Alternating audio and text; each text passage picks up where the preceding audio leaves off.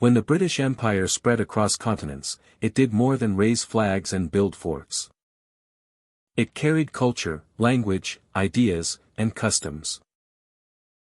Cricket, English language, law, and etiquette traveled with ships and settlers. Architecture, fashion, and social habits became symbols of authority and identity. From India to Africa, the Caribbean to the Pacific, British culture transformed societies, often blending with local traditions and sometimes replacing them. This is the story of how Britain exported its culture across the world. Hello and welcome. I hope you are doing well today, and thank you for joining me on this journey through history. In this story, we explore how Britain exported its culture to the colonies. How schools, churches, clubs, and social norms carried British ways of life to distant lands. How customs became tools of influence, and identity was shaped far from home. For some, British culture provided access, education, and new opportunities. For others, it challenged local traditions, beliefs, and ways of life. So here is a question to think about before we begin. Was the export of British culture a gift of civilization? Or a tool to assert control over colonized peoples? Early trade and cultural exchange 1600 to 1700. The story begins on the crowded docks of London, Bristol, and Liverpool, where ships laden with goods prepare to sail into distant waters. In the early 17th century, British traders carried more than merchandise. Their vessels held tea, silverware, fabrics, and the fashions of the English court.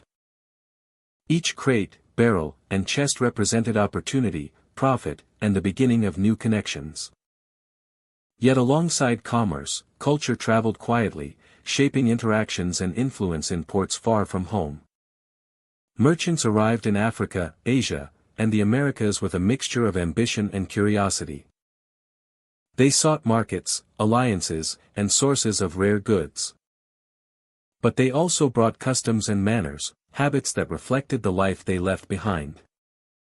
Tea drinking, formal dress, dining etiquette, and language were introduced to local elites during receptions, negotiations, and social gatherings. These small gestures of familiarity carried meaning. They established a British presence not only in trade, but in perception. Local elites received these visitors with their own traditions. Ceremonies, hospitality, and negotiation protocols varied across regions. In some places, British styles were admired and incorporated. In others, they were adapted to fit local systems. Exchange was never one-sided. Merchants learned to navigate unfamiliar languages, social hierarchies, and cultural expectations.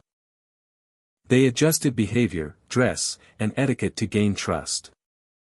Cultural influence was a subtle negotiation, embedded in daily interaction. Ships and their cargo became symbols of this connection. Fabrics from England inspired local dress, while locally produced goods shaped English taste abroad.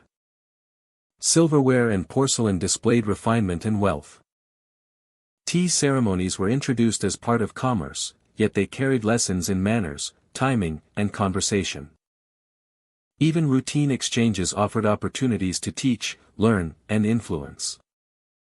Trade created the channels through which culture could travel. Markets themselves became sites of exchange beyond goods. Languages mingled as interpreters and traders negotiated contracts. Children of local elites observed English visitors and imitated behaviors, integrating new customs into their own communities. Merchants kept diaries and wrote letters describing what they saw, reporting back home on markets, fashion, and protocol.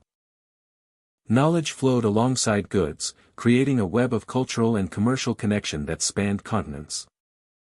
Missionaries often followed traders, contributing to the blending of commerce and culture. Schools, chapels, and instruction in reading and writing introduced new ideas alongside trade practices. Religion, literacy, and manners intersected with commerce, creating complex layers of influence. Students and apprentices learned English, new calculation methods, and social etiquette that mirrored what they observed in visiting merchants. Cultural exchange became embedded in education, commerce, and social life simultaneously. The effects of these interactions extended beyond immediate transactions. Merchants observed local economies, governance, and customs, shaping decisions about trade routes and partnerships. Elites incorporated elements of English style, ceremony, and vocabulary into their own practices, sometimes as a mark of prestige. Over time, these adaptations contributed to the perception that British ways represented refinement, authority, or opportunity. Influence spread through imitation as much as persuasion. Trade fairs, port ceremonies, and informal gatherings reinforced these connections. Clothing, food, and language acted as markers of participation. Merchants who understood and respected local customs navigated transactions more successfully, gaining both wealth and social trust. Those who introduced English practices carefully, with attention to local expectations, gained influence. Cultural exchange became a practical tool, supporting both commerce and authority. Even in distant locations, the rhythm of exchange created patterns.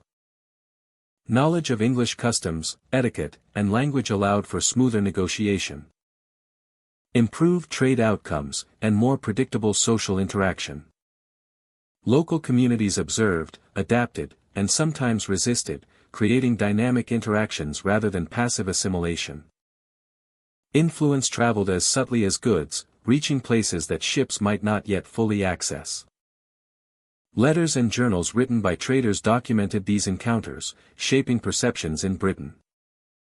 Readers learned not only about markets, prices, and opportunities, but also about foreign customs, behaviors, and governance.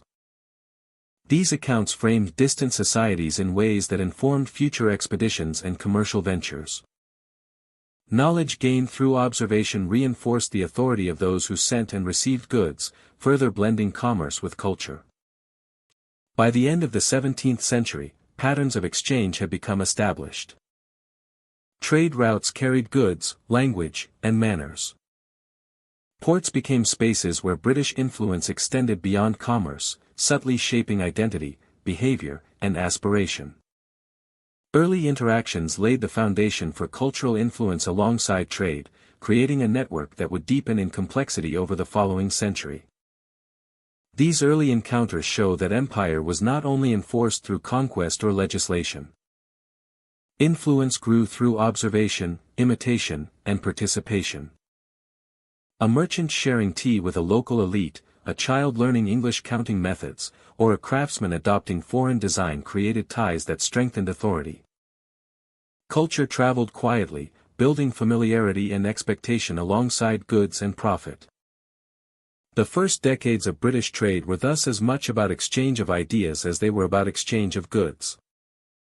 Between 1650 and 1750, Caribbean plantations were not only centers of production, but also spaces where culture, social life, and education intertwined under British influence. Settlers and administrators brought customs, celebrations, and routines that reshaped daily life on the islands. Music and dance echoed through settlements and plantation houses. Social events, from formal balls to cricket matches, became a hallmark of British leisure. These activities signaled status, reinforced hierarchy, and provided a model of behavior for those living and working under colonial rule. Plantation owners hosted gatherings that displayed wealth and influence. Ballrooms were arranged with care, candles flickered over polished floors, and guests dressed according to European fashion. Cricket matches became spectacles, showcasing skill, discipline, and sportsmanship. Religious services were held in churches built beside estates, emphasizing moral instruction alongside communal gathering. These rituals, both secular and sacred, structured time and expectation. They provided entertainment, socialization, and a reinforcement of British cultural identity, marking the boundaries between rulers and those they governed. Education was another tool of cultural influence. Schools taught English reading and writing, often using religious texts as primary materials. Children learned to recite passages, write letters, and practice arithmetic.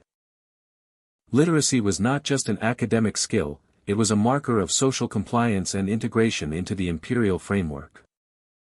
Knowledge came packaged with cultural norms, as lessons included etiquette, decorum, and moral guidance. Reading, writing, and behavior were linked, creating a model of disciplined participation in both education and society. Christianity shaped daily routines as well. Church attendance was structured and enforced, while hymns, prayers, and sermons provided moral instruction aligned with British values. Religious observance offered a framework for understanding hierarchy, obedience, and community roles. Literature and religious texts carried not only literacy lessons but cultural messages, instructing children and adults on ideals of conduct, authority, and aspiration. The combination of religion and education reinforced social expectations and cultural alignment with the colonial system. Entertainment and recreation carried similar functions. Music and dance were present at both work and leisure. Instrumental melodies traveled across plantation spaces, marking celebration, ritual, or work rhythm. Dancing provided a structured form of expression, teaching patterns of movement and social interaction according to British customs. These activities extended cultural influence beyond the classroom, embedding British identity in physical expression, communal gathering, and the experience of time. Colonized populations navigated these spaces with a mixture of adaptation and resistance. Some adopted aspects of British cultural life, learning songs, dances, and social manners that allowed participation in public events. Others preserved indigenous or African traditions privately, blending them with European forms to create hybrid practices. Cultural pressure existed alongside education, as lessons in reading and religion were paired with expectations about behavior and participation. People learned quickly that compliance could bring safety or opportunity, while resistance maintained continuity of identity and memory. Schools, churches, and social events together created a framework where cultural instruction reinforced authority. Etiquette, manners, and literacy became visible markers of status, determining who could participate fully in social and administrative life. Those who mastered these skills gained recognition and influence, while those excluded were reminded of the boundaries imposed by colonial hierarchy. Culture and education were instruments of both inclusion and limitation, shaping access as much as behavior. Daily life on plantations reflected this integration of culture, labor, and instruction. Work routines were structured, meals were organized, and celebrations were scheduled. Music, religion, and education punctuated the week, providing rhythm and expectation. Every element reinforced the social hierarchy, teaching both settlers and colonized populations the patterns of authority. Cultural knowledge became inseparable from social knowledge, creating a unified system of behavioral guidance. Even within these constraints, creativity and adaptation persisted. Communities adapted European dances to local rhythms, sang hymns in their own accents, and infused lessons with memory and interpretation. Cultural forms were not entirely imposed, they were interpreted, reshaped, and sometimes subverted. Hybrid practices emerged, reflecting the resilience of local identity alongside imposed norms. Education and cultural exposure offered tools, but the meaning and use of those tools remained contested and dynamic. By 1750, the Caribbean had developed a layered social environment. British settlers and administrators established spaces of display, instruction, and moral guidance. Music, dance, literature, and religious practice became instruments for reinforcing hierarchy, shaping social behavior, and integrating education with cultural life. For colonized populations, this meant navigating both opportunity and pressure, adapting where necessary while preserving identity where possible. Culture was both tool and terrain, instructing, entertaining, and regulating in equal measure. Plantation society combined economic function with cultural projection. Social events, schooling, and religious observance were not incidental.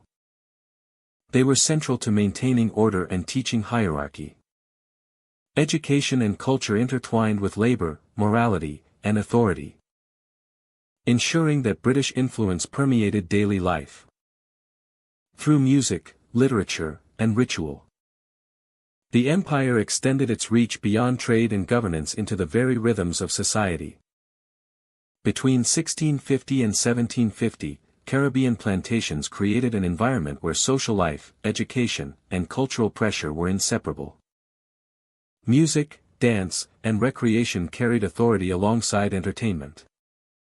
Schools taught literacy, morality, and manners alongside reading and writing. Christianity shaped daily conduct while reinforcing hierarchy. Colonized populations experienced instruction and cultural influence as a constant presence, navigating opportunity and control. In these decades, social life and education became tools of empire, embedding power, hierarchy, and British identity into the everyday experience of the Caribbean. India and language 1757 to 1835. After the Battle of Plassey in 1757, British influence expanded across India. With authority over Bengal, the East India Company established not only administrative control but also systems of education and governance that reshaped society. Schools and offices became centers for learning English language and literature. Students practiced reading, writing, and speaking a language that connected them to the structures of imperial authority. Literature introduced them to ideas, history, and values from across the empire, providing both opportunity and expectation. British legal and political concepts were also introduced through these institutions. Students learned about law, governance, and the principles underlying colonial administration. Knowledge of English became essential for participation in government roles, revenue collection, and clerical work. Language was not simply a skill, it was a tool for social mobility and a key to influence within the empire. Upper-class Indian families began to adopt English customs alongside language.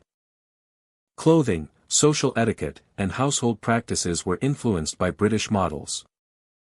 English-language reading rooms appeared in homes. Conversations in English marked education and status. Families who embraced the language and its associated cultural practices found access to opportunities unavailable to those who retained only local languages and traditions. Language became both a bridge and a boundary, creating new social divisions even as it offered pathways to power. Mission schools and private institutions spread throughout Bengal, Madras, and Bombay. Students encountered curricula that combined arithmetic, history, geography, and literature with the study of English. Education was framed as progress, and fluency in English became a marker of sophistication and refinement. Classroom instruction, coupled with exposure to British culture, gradually reshaped norms, aspirations, and daily life for those who participated. Administrative offices reinforced the connection between language and authority. Clerks, interpreters, and officers conducted work in English. Documents, correspondence, and legal decisions required literacy in the language. Understanding English enabled access to networks of decision-making. Inability to communicate in the language limited influence. Language became an instrument of governance as much as a means of communication. Consolidating the empire's reach through structured knowledge. At the same time, adoption of English produced cultural negotiation. Families and students integrated foreign language and ideas alongside local traditions. Poetry, literature, and philosophical texts from Britain were read alongside classical works in Sanskrit, Persian, or Arabic. The blending of traditions created hybrid identities, with English shaping aspiration while local culture anchored memory. Language became both a tool and a symbol, representing power, education, and engagement with a wider world. By the early 1830s, English language instruction was firmly established. Universities and colleges developed curricula that prioritized English for admission to government positions. Legal, administrative, and commercial careers depended on mastery of the language. Students learned that fluency and literacy were prerequisites for advancement, creating a class of educated elites whose knowledge connected them to the mechanisms of empire. English became a marker of authority as much as of education. This process affected social dynamics. Upper-class families sought to ensure their children could navigate colonial structures. Schools became a site for cultivating status and opportunity. Knowledge of English signaled ability, sophistication, and adaptability. Those who mastered the language could engage with policy, administration, and commerce in ways that others could not. Language shaped networks of influence, creating a distinct social and professional class within Indian society. The classroom became a site of transformation.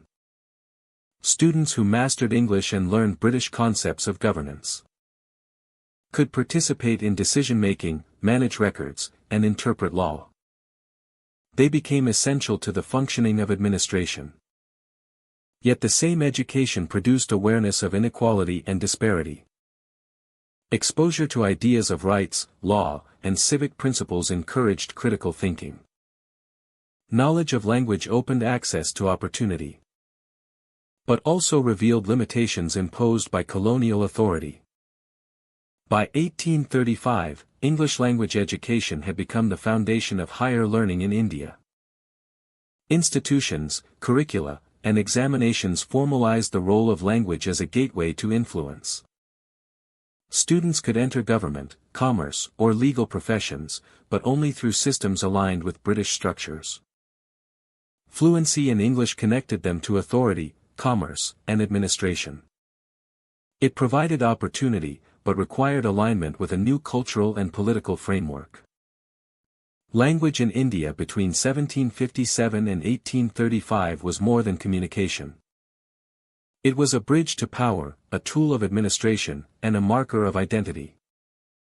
It shaped social mobility, cultural practice, and governance. Classrooms and offices became spaces where language reinforced authority and created pathways to participation. Students who learned English navigated both opportunity and expectation, belonging to a world defined by imperial structures. After the Battle of Plassey, schools and offices spread across key cities. English language learning became essential for administration and higher education. British legal and political concepts entered curricula. Upper-class Indian families adopted customs, attire, and practices linked to English education. Language became a bridge to power, and a marker of British identity. Through language, education, and administration, India became a space where communication, culture, and authority converged, shaping generations to engage with the empire on terms both practical and symbolic. Architecture and urban planning between 1800 and 1850 transformed colonial cities into visual statements of power and influence. British designs appeared across administrative centers, towns, and emerging settlements. Buildings reflected Victorian and Georgian aesthetics, with symmetry, proportion, and ornamentation expressing both authority and taste. Administrative offices rose with solid facades and imposing entrances. Churches and schools took on familiar forms, linking education and faith with imperial presence. Homes of merchants and officials adopted styles imported from London, Manchester, and Edinburgh, creating neighborhoods that resembled the metropole. Streets were laid out with intention. Grid patterns replaced irregular paths, imposing order on landscapes that had grown organically over centuries. Wide avenues allowed for processions, parades, and the movement of troops. Markets and plazas were designed not only for commerce, but to emphasize visibility, hierarchy, and accessibility. Town squares became focal points where civic life unfolded.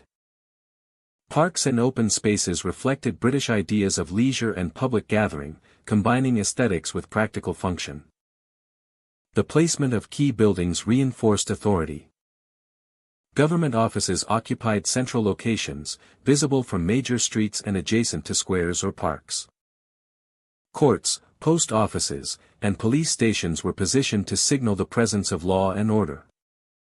Churches were prominent, often elevated or placed at intersections, creating visual dominance and signifying moral and spiritual authority. Materials and construction methods were often imported or adapted from British practices. Stone, brick, and timber were combined according to the standards of the era. Rooflines, windows, and facades echoed designs familiar from England, signaling both refinement and permanence. Decorative details, columns, balustrades, and pedimenta offered aesthetic continuity, linking the colony to its imperial center. Even when local materials were used, the forms retained their foreign identity, blending function with symbolism. Urban planning extended beyond individual buildings. City layouts reflected an imposed order. Residential, commercial, and administrative zones were delineated, guiding movement and activity.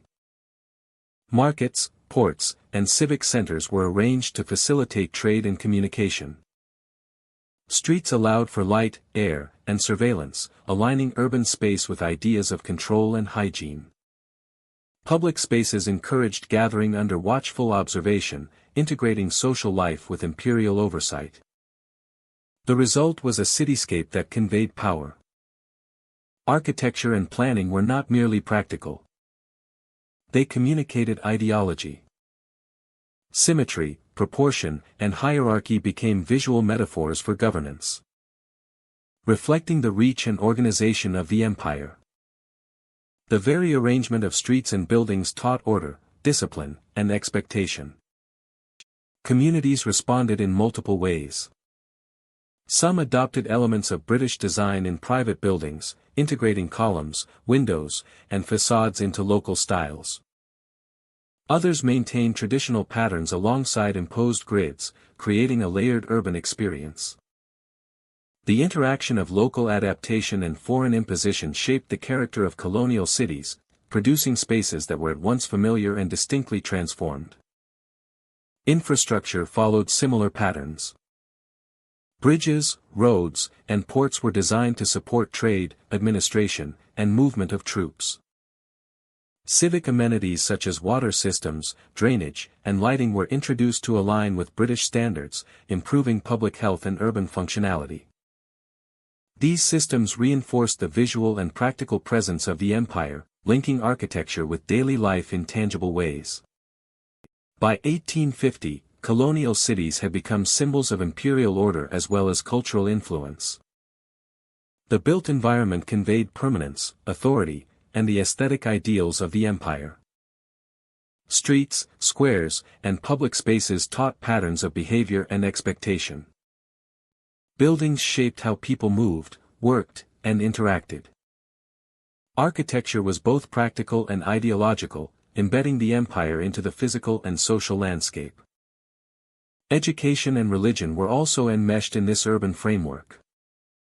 Schools and churches were placed prominently to communicate values, discipline, and moral guidance. Their design reflected not only purpose, but symbolism, signaling that learning and faith were integral to civic life. Residents and visitors experienced authority not only through law or administration, but through the visual and spatial arrangement of cities. Merchants and residents contributed to this transformation, commissioning homes that reflected British styles.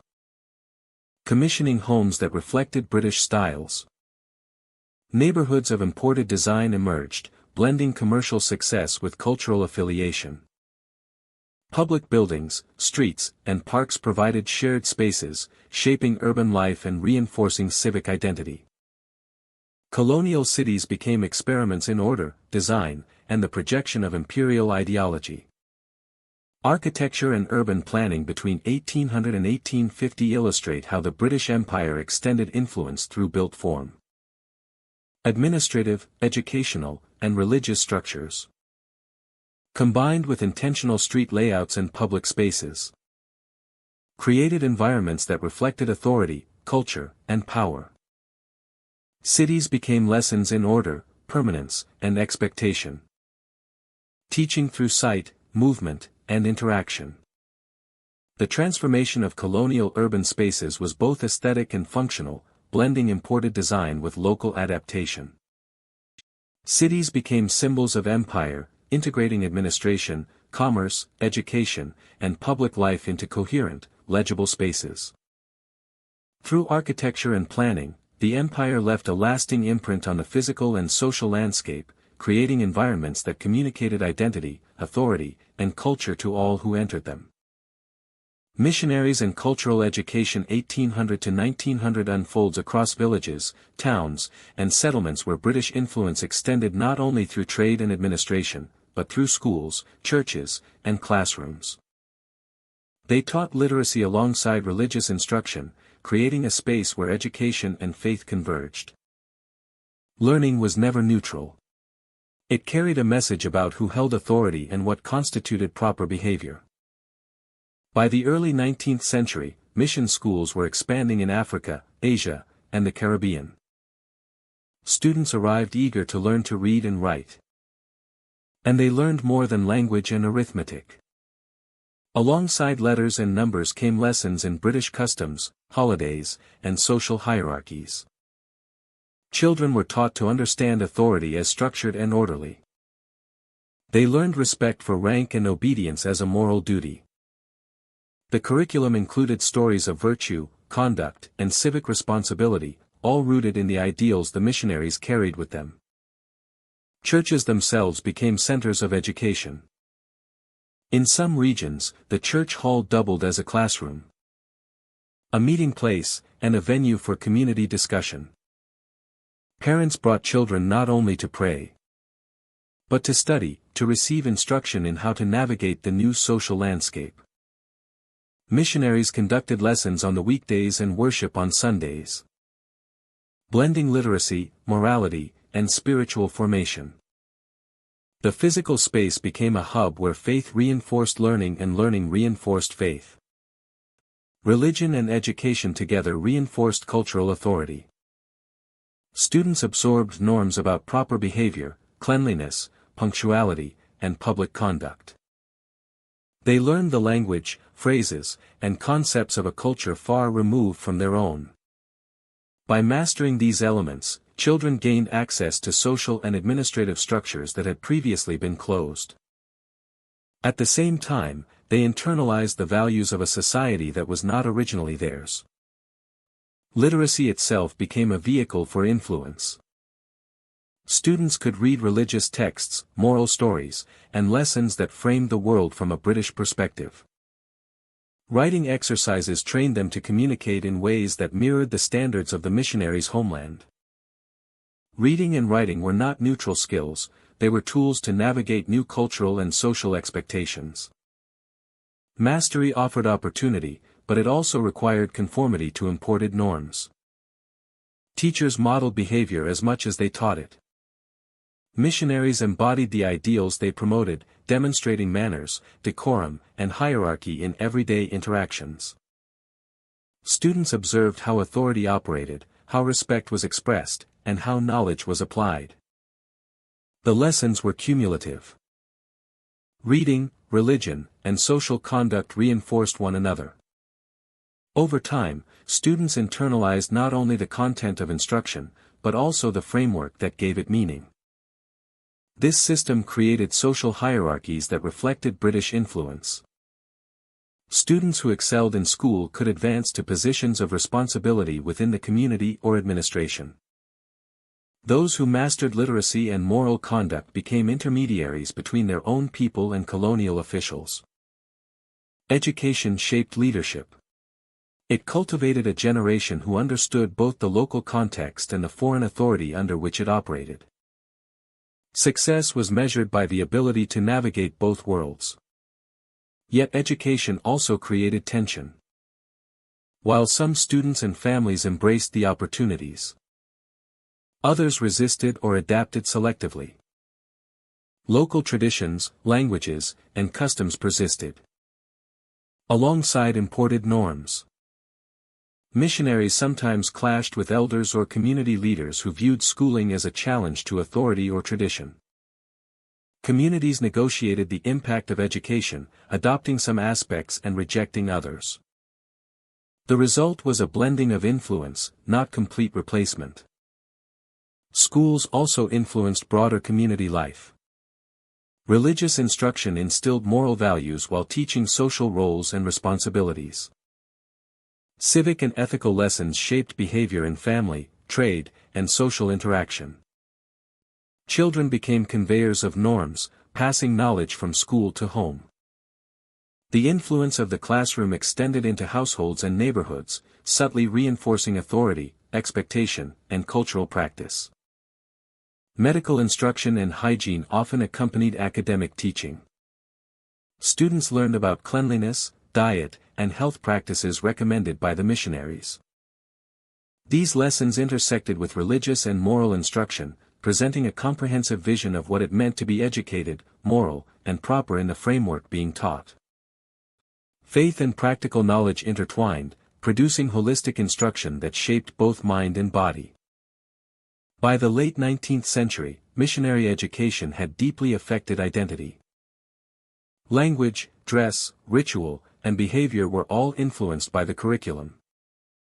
Students who had once only known local customs now navigated a hybrid world, blending ancestral practices with British ideals. The process was uneven, and experiences varied widely by region, teacher, and family. Some embraced the system fully. Others negotiated their own balance.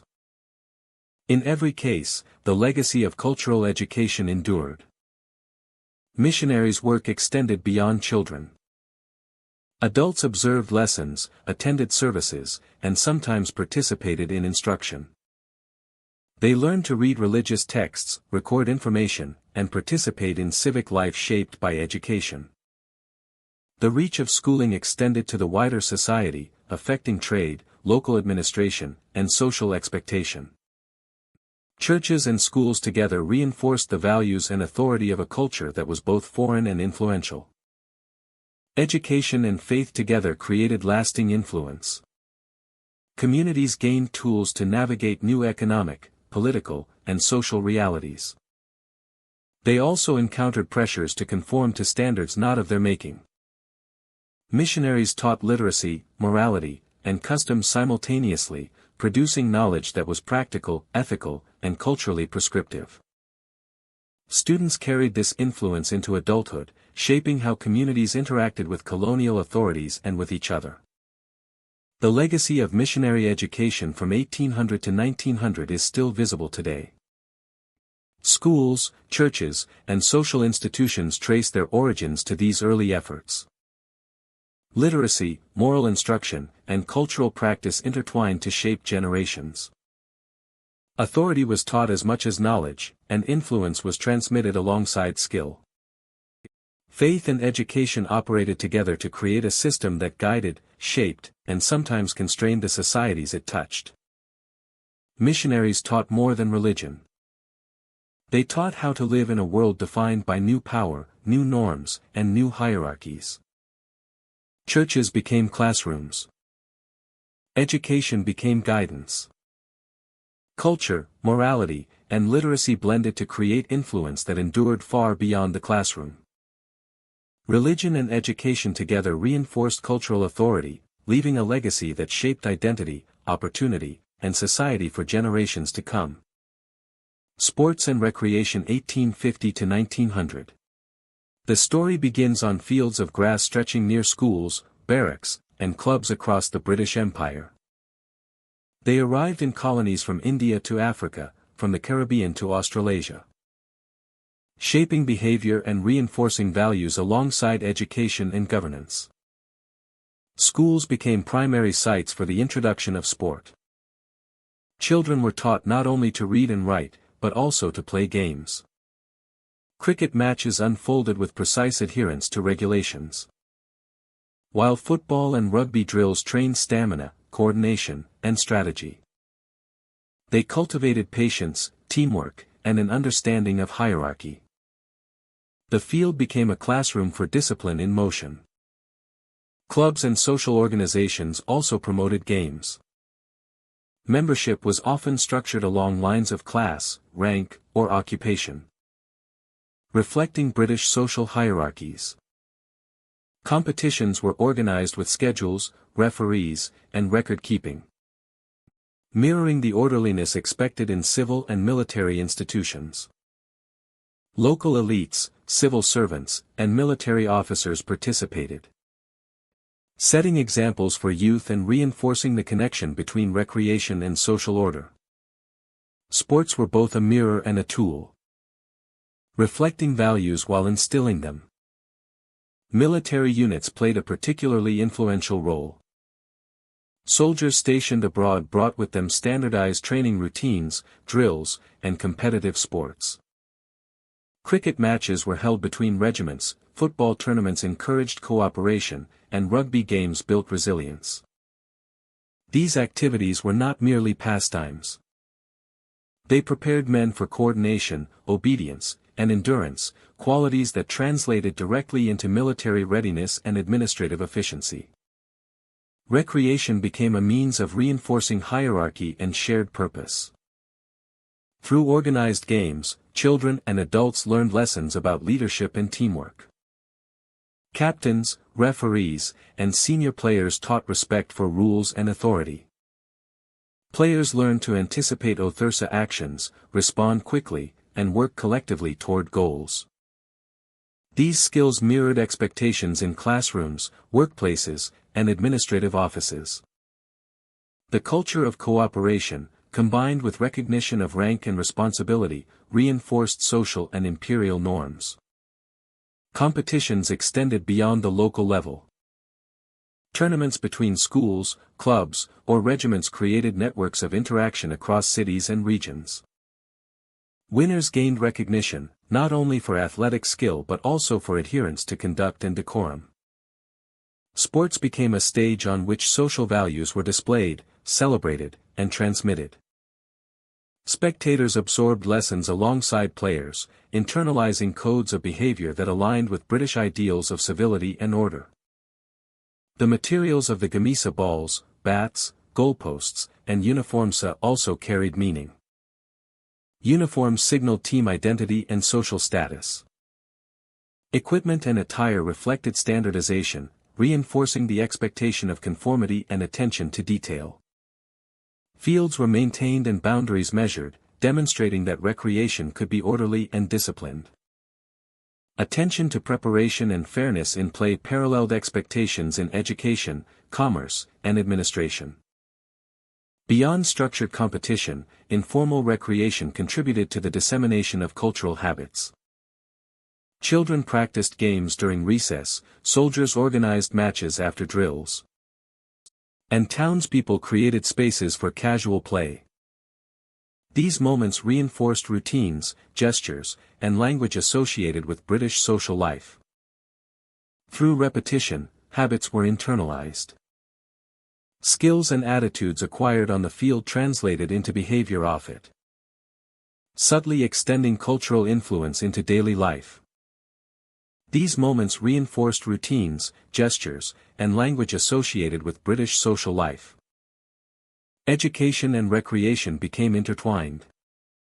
Mission schools and colonial academies included sports in their curricula, teaching students that mental and physical development were connected. Fitness, strategy, and cooperation complemented literacy, numeracy, and moral instruction. The holistic approach emphasized that proper conduct involved both mind and body. Playing according to the rules of British sports became another form of socialization, aligning youth with imperial ideals even before formal employment or administration. The reach of sport also shaped identity. Students and participants began to associate physical ability, fair play, and teamwork with social advancement. Excellence in games could provide opportunity, recognition, and mobility. Yet it also demanded adherence to standards defined by authority. Participation was a negotiation between enjoyment and expectation, pleasure and discipline. Sports became a medium through which loyalty, order, and identity were transmitted. By the end of the 19th century, Sports had become a cornerstone of colonial life. Cricket pitches, football fields, and rugby grounds. And rugby grounds were established in towns, schools, and military installations across the empire. They created networks of interaction, reinforced social hierarchies, and instilled values that complemented education and governance. The lessons learned on these fields traveled into offices, courts, and communities, shaping the behavior and mindset of those who participated. By the end of the 19th century, sports and recreation, therefore, were not neutral activities. They were structured, deliberate, and influential. They taught cooperation, discipline, and respect. They reinforced hierarchy and authority. They shaped identity and social mobility. Through games, the ideals of the British Empire were experienced, internalized, and reproduced. Physical activity became a tool of cultural transmission, extending imperial influence quietly, consistently, and effectively. In this way, the fields and courts of the 19th century became extensions of classrooms, council chambers, and barracks. Education and recreation worked together to create citizens, clerks, soldiers, and leaders attuned to the empire's values. Sports were both a mirror of society and a mechanism for shaping it, ensuring that the culture of order, discipline, and loyalty spread alongside trade, law, and administration. The legacy of these early recreational programs endured long after the matches ended, leaving an imprint on communities and individuals alike. Between 1870 and 1914, daily life across colonial territories was shaped as much by culture as by law or administration. Clothing, table manners, and social customs became tools through which British influence extended into the routines of everyday life. Schools taught decorum alongside reading and writing, emphasizing proper posture, speech, and conduct. Families who adopted British ways reinforced these lessons at home, shaping behavior from morning routines to evening gatherings. Children learned to move, speak, and present themselves according to standards set far from the communities in which they lived.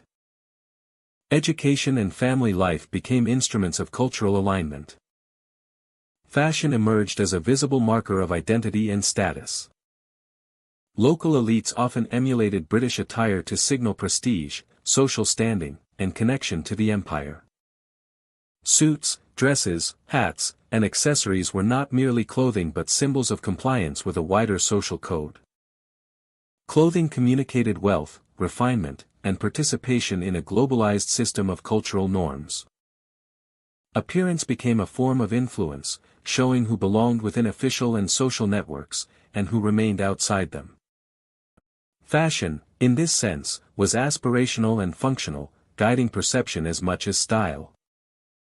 Etiquette was equally central. Schools and households emphasized correct behavior at meals, formal gatherings, and public events. Table manners, speech patterns, and interaction protocols were taught carefully. Tea ceremonies, formal dinners, and social clubs became spaces where adherence to these rules could be observed and recognized. Participation indicated refinement, education, and loyalty to the cultural ideals of empire. Those who mastered these forms gained respect and access to networks of power, while those who did not were subtly excluded.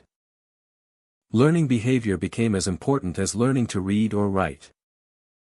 Social customs extended into public and private life. Clubs, societies, and community events provided venues where British norms were reinforced. Discussions followed prescribed forms, gestures and posture communicated awareness of status, and interaction reflected hierarchy. Participation in these events required both knowledge and discipline. It was not enough to attend, one had to move, speak, and behave correctly. Social life became a classroom in itself, teaching lessons of power, hierarchy, and expectation alongside camaraderie. Education, fashion, and etiquette were interconnected. A child learning to speak politely in a classroom was also learning to present themselves correctly in social gatherings. Reading comprehension was paired with lessons in comportment. Writing exercises often emphasized structure and clarity as reflections of character and intelligence. The aim was to produce individuals who could navigate both the formal demands of governance and the informal codes of social life. Cultural conformity became a prerequisite for mobility, prestige, and influence. Local elites played a significant role in this process. They acted as intermediaries, modeling behavior for broader communities and demonstrating the rewards of cultural alignment. Their adoption of British dress and social norms reinforced the perception that these practices were desirable and effective. Status, opportunity, and authority were linked to cultural performance. Children observed and internalized these behaviors, seeing imitation not only as social strategy but as a path to recognition. Culture became both aspirational and compulsory in some contexts, guiding the decisions of families and individuals alike. This period also demonstrated the subtle forms of compliance and adaptation. Communities and individuals did not simply absorb British norms passively. Practices were interpreted, reshaped, and sometimes blended with local traditions. Speech patterns were adapted to local languages and accents. Even as imperial culture spread, it was filtered through local experience, creating hybrid forms that reflected both adoption and continuity. Daily life itself was structured by these cultural expectations. Observation was constant. Compliance was rewarded through social recognition, advancement, or inclusion. Failure to adhere could limit opportunity, isolate individuals, or mark them as outsiders. The boundaries of culture and propriety were enforced in both formal and informal spaces, shaping behavior in enduring ways. By 1914, the influence of fashion, etiquette, and social norms was deeply embedded. Schools, families, and social networks collectively transmitted British ideals.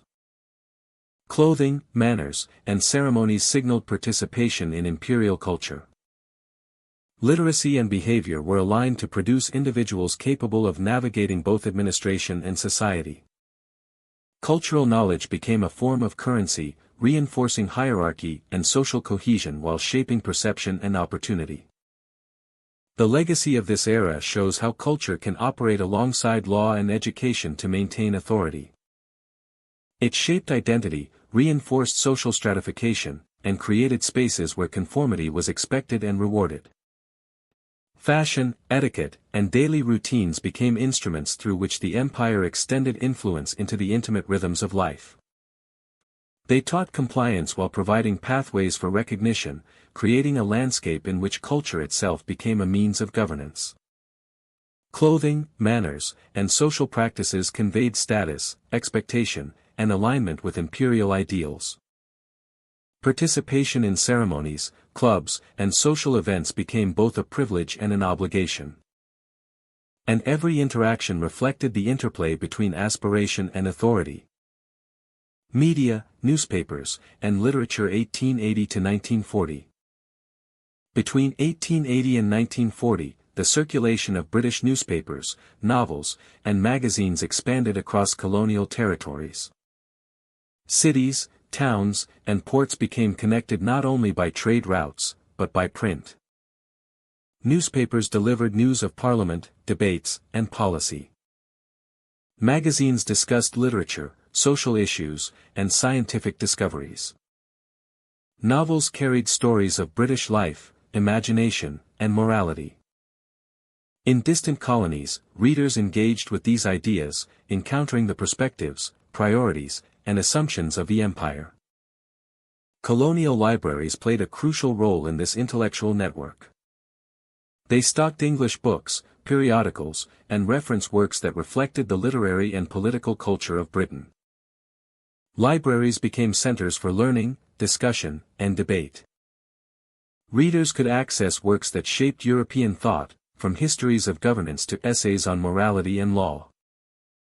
The materials introduced new frameworks for understanding society, politics, and culture.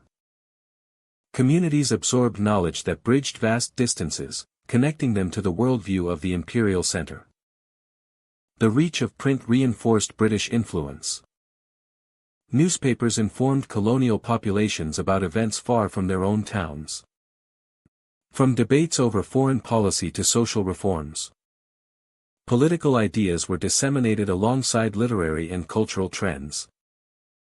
The Empire's perspective became a reference point for discussions, shaping the way readers understood power, authority, and governance. Literacy in English allowed engagement with these texts, creating a shared intellectual space across regions.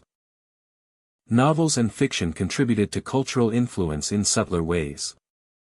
Stories depicted British society, family life, and ideals. They presented notions of morality, progress, and civilization. Readers in colonial territories interpreted these narratives both as entertainment and as a window into British norms. Literary culture carried values and assumptions that subtly influenced expectations, shaping attitudes toward social order, authority, and personal conduct. Magazines and journals offered platforms for debate and discussion.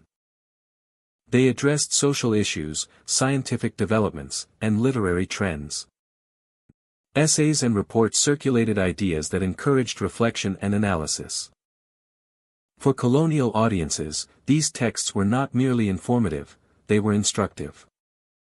They provided models of argument, expression, and evaluation.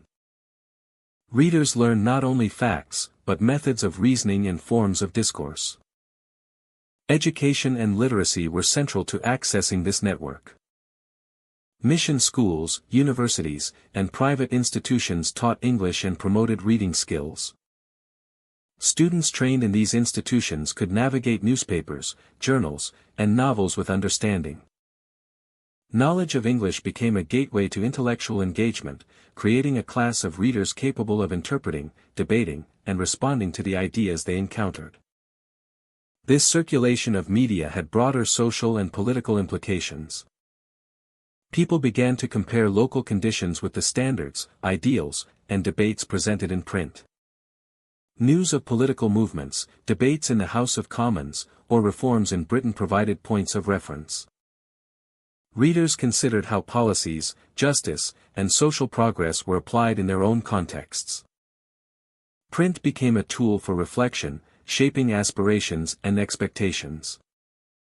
The influence of literature extended into civic life.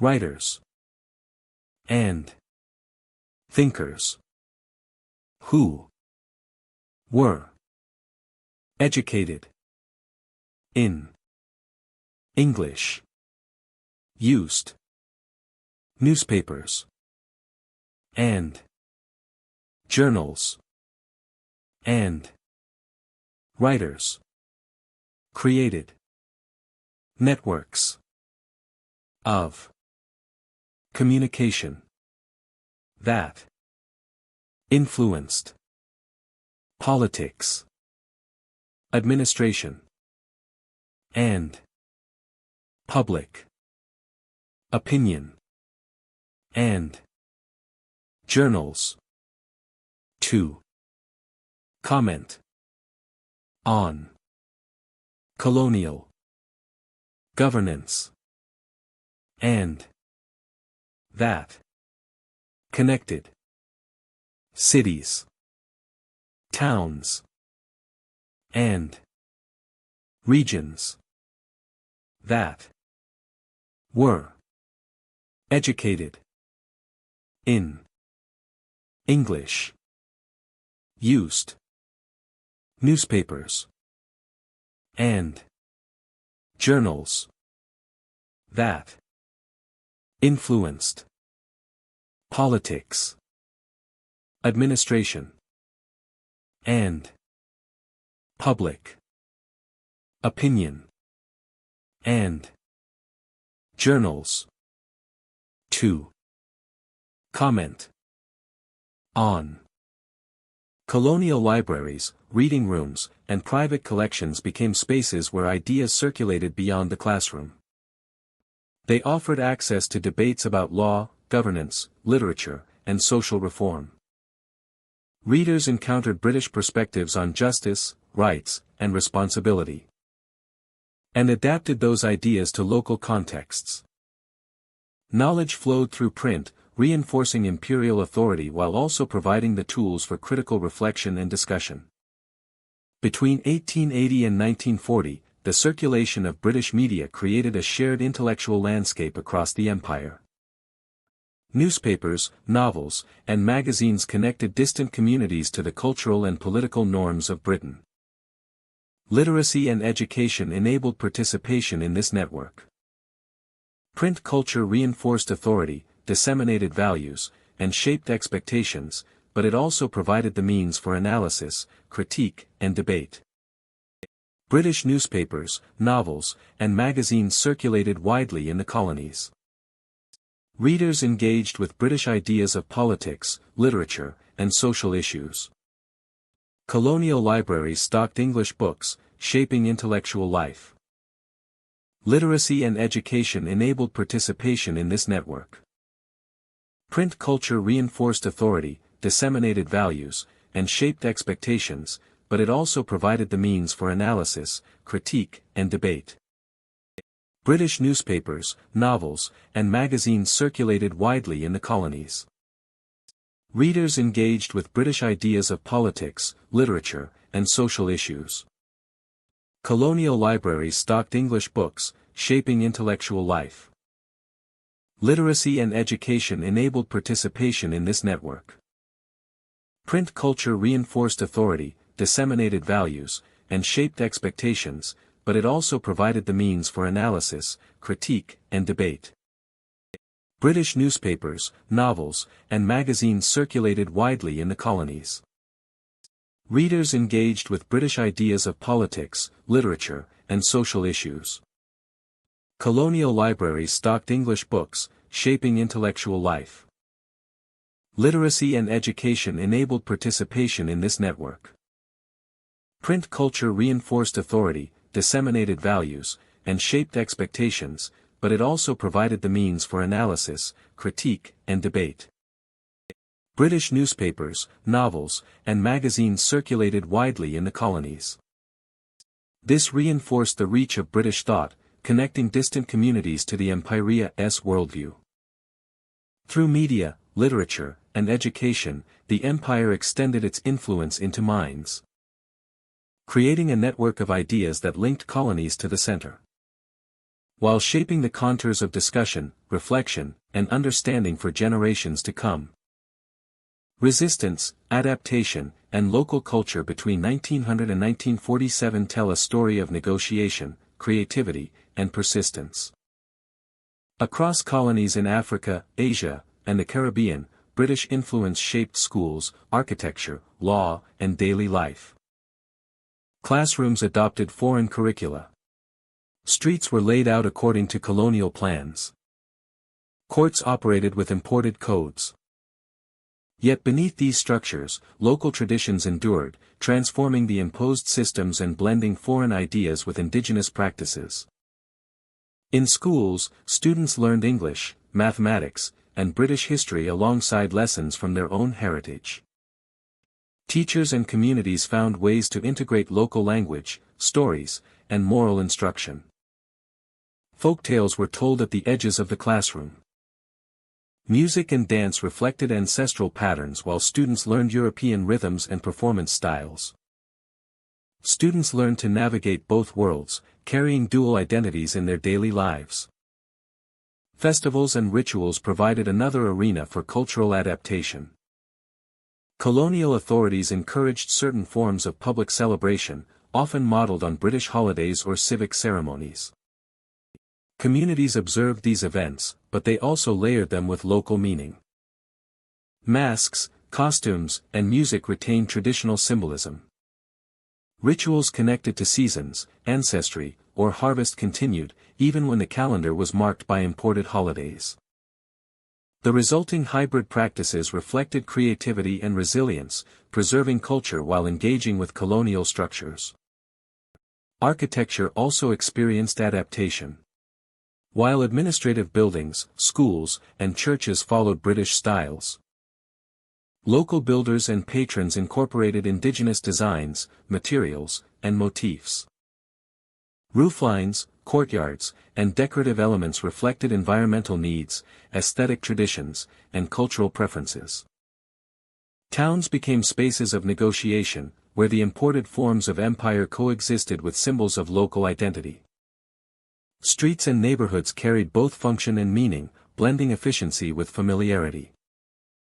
Legal systems similarly underwent modification. Courts operated with colonial codes, yet local chiefs and customary law remained influential in many areas. Disputes were judged according to a mixture of foreign regulations and community norms. Property rights, inheritance, and commercial agreements often reflected negotiated compromises between British expectations and local practices. Law became both a tool of administration and a space where cultural adaptation could occur. Local judges and intermediaries interpreted rules with an understanding of indigenous society, ensuring that justice retained relevance to those it governed. Resistance to cultural imposition sometimes fueled nationalist movements. Educated elites, veterans of wars, and community leaders began to question the authority of colonial systems. They challenged curricula that ignored local histories, legal codes that undermined traditional authority, and architecture that imposed foreign aesthetics on familiar landscapes. Protests, petitions, and publications emerged, demanding that governance, education, and public spaces reflect the people rather than distant rulers. Resistance was both political and cultural, expressing itself through formal campaigns and everyday practices. Daily life also demonstrated adaptation. Clothing, food, and household practices reflected hybrid identities. Recipes integrated new ingredients while preserving ancestral flavors. Homes incorporated British furniture alongside locally crafted items. Choices were deliberate, reflecting negotiation between convenience, status, and cultural memory. Adaptation was a quiet form of resistance, asserting identity within the structures of empire. Communities preserved oral histories and storytelling traditions even as formal education emphasized foreign narratives. Elders taught children about lineage, morality, and local heroes. Songs and poetry maintained cultural memory, ensuring continuity across generations. Students and families learned to move fluidly between worlds, respecting ancestral knowledge while engaging with imported skills and ideas. By the 1930s and 1940s, the cumulative effect of resistance and adaptation became visible in social institutions. Schools taught local histories alongside British subjects. Civic planning incorporated indigenous considerations. Courts increasingly interpreted law with an awareness of customary practices. Hybrid identities were normalized, reflecting the negotiation between imposed authority and enduring culture. World events accelerated these dynamics. Soldiers from colonies fought in global conflicts alongside British troops. Veterans returned with new perspectives, questioning the legitimacy of foreign rule and asserting the value of indigenous knowledge and leadership. Communities used these experiences to press for greater autonomy, influencing educational, legal, and urban planning reforms. Resistance and adaptation were no longer marginal, they shaped policy and governance. By 1947, as India gained independence and other nations prepared to follow, the interplay of resistance, adaptation, and local culture had already transformed colonial societies.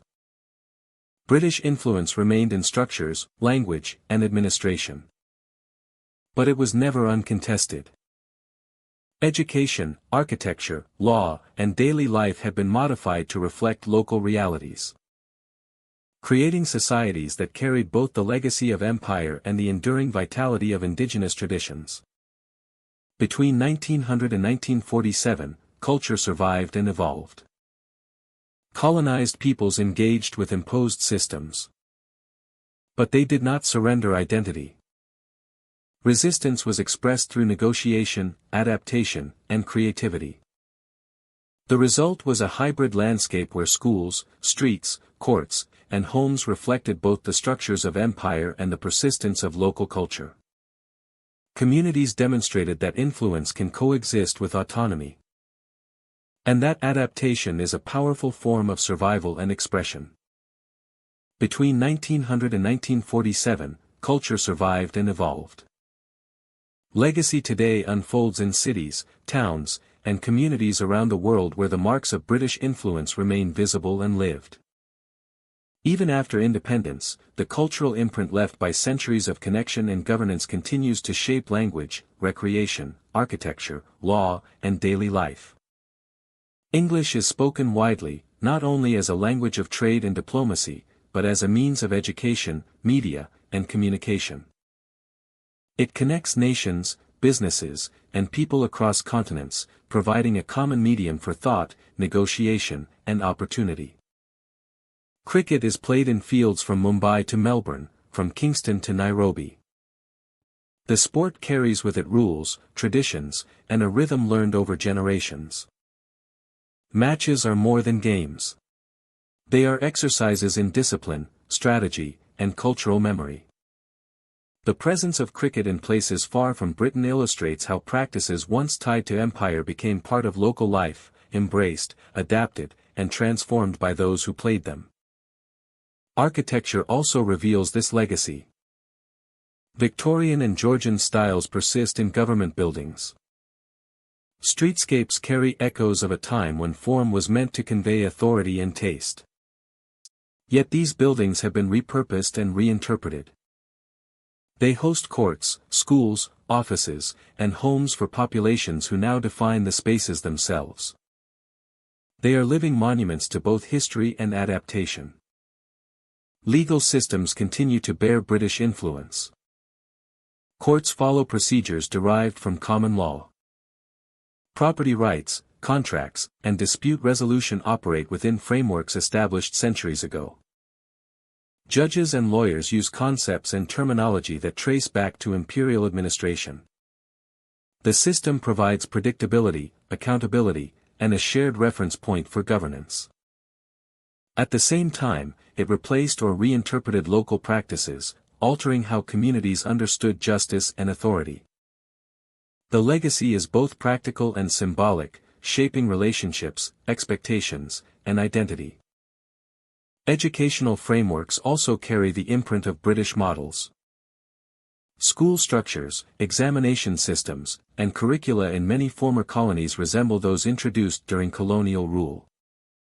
Universities follow programs rooted in standards of instruction that were once used to train administrators. Literacy, numeracy, and civic education were tools of empowerment, yet they also communicated values and norms derived from another context. Students gain skills and opportunities, but they also learn to navigate worlds shaped by foreign frameworks. Civic customs reflect this influence as well. Parliamentary procedures, municipal governance, and bureaucratic organization retain elements introduced during British administration. Public ceremonies, official protocols, and institutional rituals continue to reflect practices intended to convey authority, stability, and propriety. They are reminders that cultural structures can outlast political control and continue to shape behavior, expectation, and identity across generations. The export of British culture was never simple. It created opportunities for trade, education, mobility, and global engagement. Individuals and communities could access networks, knowledge, and practices that opened doors to new futures. Yet it also challenged traditions, introduced external norms, and reshaped societies in complex ways. The adoption of language, law, sports, and customs required negotiation. Some embraced these elements fully. Others adapted selectively. Some resisted, preserving older practices alongside the new. Culture became a layered experience, negotiated daily by communities and individuals alike. Identity itself was influenced. People navigated dual realities, combining inherited structures with local heritage. English became both a tool and a lens through which to interpret the world. Cricket and other customs became sites of both enjoyment and cultural expression. Education taught both knowledge and conformity. Civic procedures conveyed participation while reminding citizens of historical hierarchies. Life became a dialogue between the familiar and the introduced, the traditional and the imposed. The legacy today is evident not only in material structures, but in practice, memory, and imagination. Schools, courts, sports grounds, and public buildings continue to transmit values, skills, and habits. Traditions once linked to empire have been reshaped to fit new contexts, blending with local culture to create hybrid forms of meaning. Communities use inherited systems to define their own standards, craft new identities, and negotiate relationships between past and present.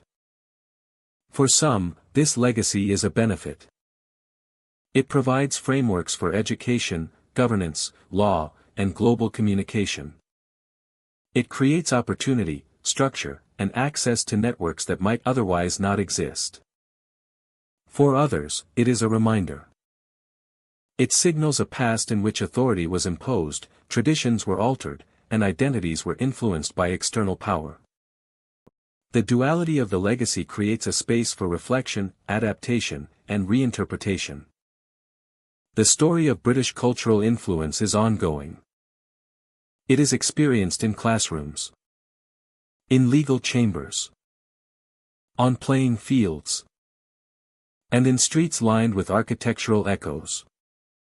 Each generation negotiates what to retain, what to transform, and what to reject. The presence of language, law, sport, and design shapes thought, opportunity, and social life, while carrying the memory of a global past. Legacy today is complex, layered, and continuous. It reminds us that culture travels, authority leaves traces, and human experience interprets both. English, cricket, law, education, and civic practice are not relics frozen in time. They are active parts of contemporary life, continuously reshaped by the people who live within them. The imprint of British influence is still felt, guiding, framing, and challenging communities around the world. It created connections, opportunities, and identities. It also imposed norms, shaped behavior, and reframed generations. The story of this legacy is both a record of history and a living experience. It is present in everyday life, in choice, in memory, and in practice. Legacy today is not just about what was exported. It is about how those elements continue to shape the world and how communities continue to define themselves within it. Thank you for joining me on this journey through history. Exporting British culture was more than travel or trade. It was a process of teaching, shaping, and influencing. Some embraced it and found opportunity. Some resisted and preserved their heritage. History asks us to see both sides. History asks us to see both sides. Until next time, stay curious and thoughtful, and take care.